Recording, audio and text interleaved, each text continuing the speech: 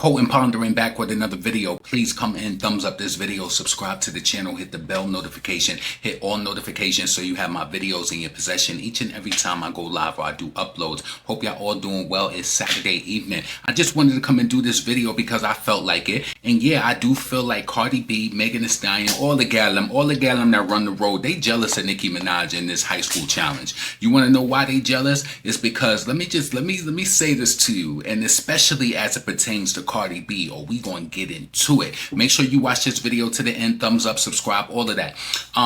So listen, what I really want to just shape the picture and like really paint the picture for you to see it so vividly, right? I want you to think about this.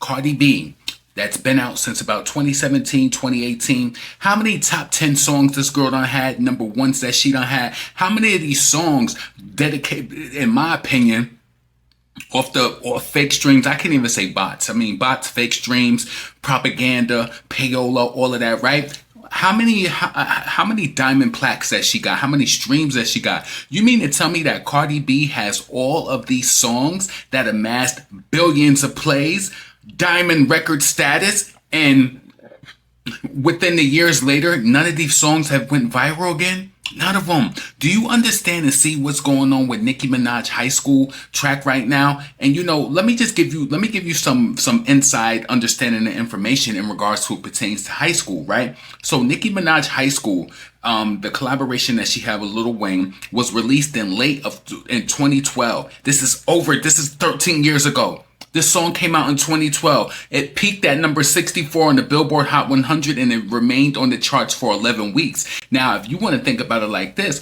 high school stayed on the charts longer than Chun-Li. Ain't that crazy? Do you like, I want you to just understand this, right? You remember how monumental Chun-Li got Nicki a $10 million Fendi deal, a sold out brand with clothing that was priced at nearly $1,000. Like it was up there, right? That song didn't last as long as high school, but high school obviously has still made its mark, the music video combined or whatever, right? Where is Cardi B's iconic moments from the song she did so well on, right? You got to really think about it. Where is her iconic moment? So yeah, she jealous. Yeah, Megan out here and Cardi out here is fake signing all of these vinyls. You know what I'm saying? She mad and she's spiraling while Nicki going viral. You know what I'm saying? She's spiraling. Megan out here, they talk about Megan cop Clay Thompson a $300,000 watch. I don't believe that story either, because wasn't Megan just saying how she don't even have a car right now? So if you bought this man a $300,000 watch, a AP, you think I'm crazy? Nah, I ain't buying it. So listen, it peaked at number 64 high school, 11 weeks on the charts before leaving, peaked at number 20 on the hip hop and R&B charts, and on the rap charts, number 15. So while it wasn't a top 40 hit, it sustained moderate traction over several weeks.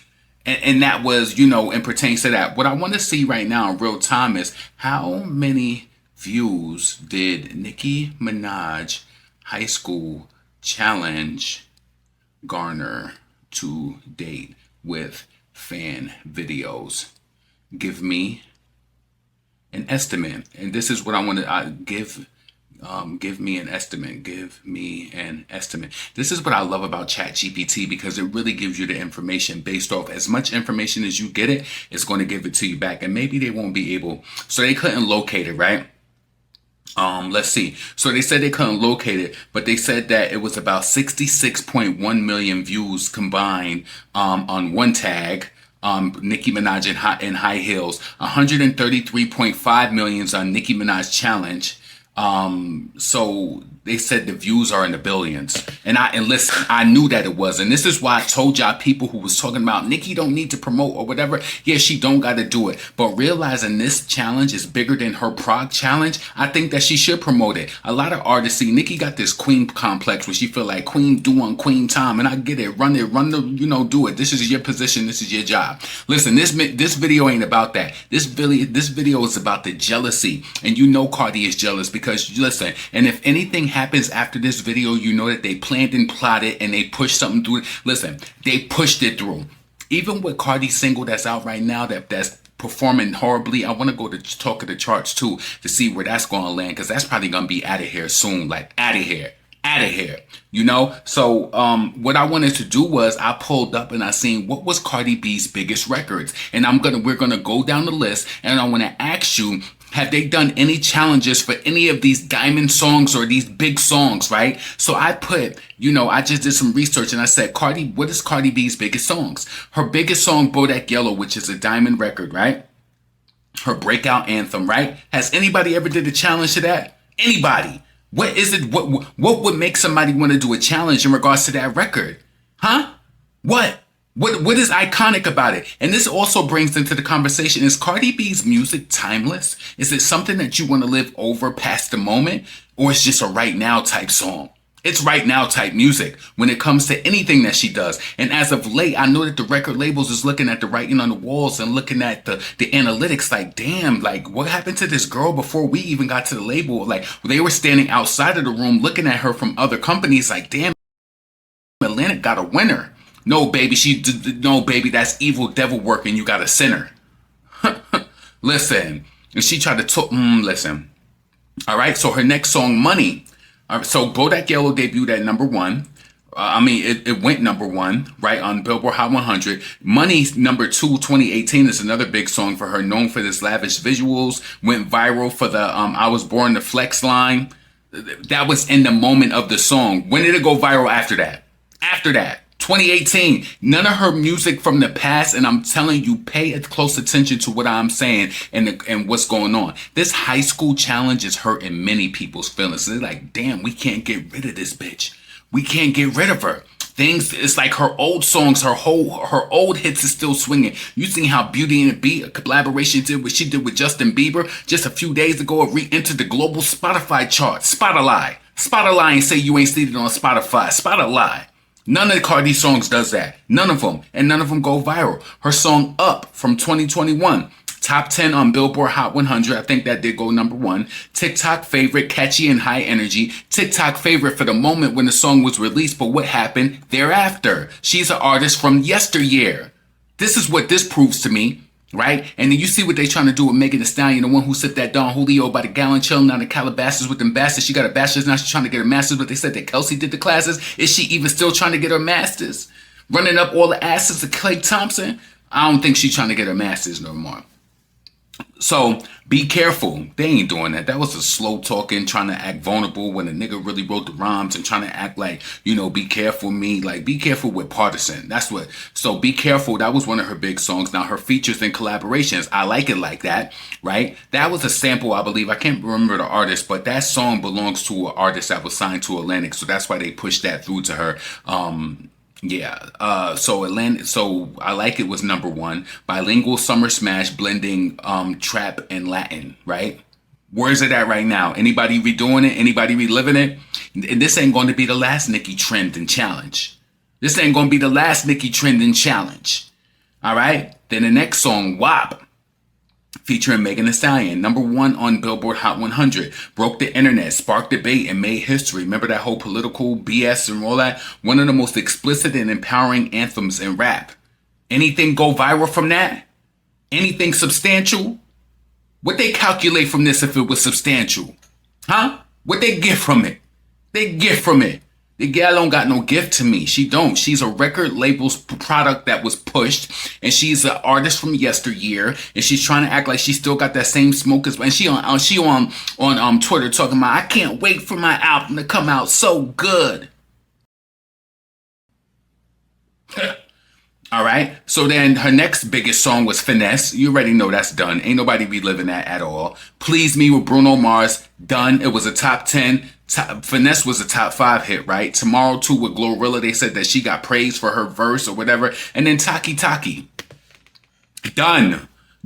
You tell me out of all of those songs, right? Diamond plaques, still whack. She got them diamond plaques and she's still whack, and there ain't no challenge with none of that. You can't get the TikToker, the flip flopper to come to do the real hip hopper, huh? You out here talking about they always love Big Papa, huh? This is crazy to me. And Megan, you know, she all Delulu trying to run around with Klay Thompson. Like I told y'all before, shout out to Megan, and she want to do her thing. She want to roll around with him. You know, listen, let me tell you this. I had this really great conversation with my aunt. She's 64, gonna be 65 years old, right? She gave me her opinion on all of the female rappers. She was like, Nicki Minaj is smart. You know, she was just like, she's been lasting this long. She doesn't know my sentiments as it pertains to Cardi or anybody, right? She was like, Nicki Minaj is smart. She's a bad bitch. You know, you remember when she was on Ellen and she did this and she did that? She's a bad bitch. Like, you know, she's smart, and you know, the stuff that she says, like, you can tell like she's highly intelligent. Gave it up to Nicki. Megan, she loves Megan. She was like, you seeing she's with Klay Thomas? Megan's a bad bitch. She's bad. She, you know, nice body, this and that. You know, she likes her rhymes too. And I was just like a fly on the wall. I ain't give no opinion. I just strictly took in the data for what it was. Because sometimes you don't want people to know what you do, and then they might swerve their opinion. I don't want nobody to swerve their opinion. Then when it came to Cardi B, she was like, you know, I respect her, but you know, she doesn't write any of the stuff that she's saying. I'm like, how does this woman know this at the age of 64? This is crazy. But I didn't, you know, input any of my feelings or anything about anyone. I just, sometimes, especially when you do this type of commentary, you want to hear what people are saying, and kind of like, you know, you don't want them to really know what you do, because if sometimes when people know what you do, then they will curve, you know, things that they say to, or tailor them or whatever. And I don't want nobody to tailor. So that was just the opinion of a 64-year-old. So even my aunt 64 was just like, what did, you know, Cardi, she don't write anything, but she was like, I respect her, you know, she's, you know, whatever. My aunt is a lawyer, you know, and she still, like, not, I ain't gonna say she hood, but she still got her around the way girl type of approach. She was just like, I was smart enough to be a lawyer. I don't really even like law. She was like, I just didn't want to be broke. So listen, if that's inspiring you, go chase your dreams. A lot of times you see these Gen Zs and even some millennials, they say, I don't want to do this work or whatever. No, you got to get to the bag. Get to the bag and get that money so you can have that lifestyle the way you want it, you know? But listen, nonetheless, as it pertains to Cardi, they're all mad right now. They ain't got no challenges. You know, all they got is mileages and all of that. And she, every moment, trying to talk about her boo or her man. She one of them girls, as soon as they get a boyfriend or husband, everything is my baby, my husband, my boo, my baby, and my boo did, my boo that. Shut that up. Shut it up. Potent, pondering, never pandering. Get in the comments, let me know what you think. Do you think the Gallon, Megan Thee Stallion, and Cardi B, do you think they jealous? Huh? What could they really tell us, and they jealous, man? They ain't got no challenge, trying to go viral on TikTok, hoping that when the disc flop, huh? Cardi talking about her album gonna be so good and how she on top of Stephon riding that good wood, huh? Stop it. Listen, get in the comments, let me know what you think. I'll be back in a blink. Peace.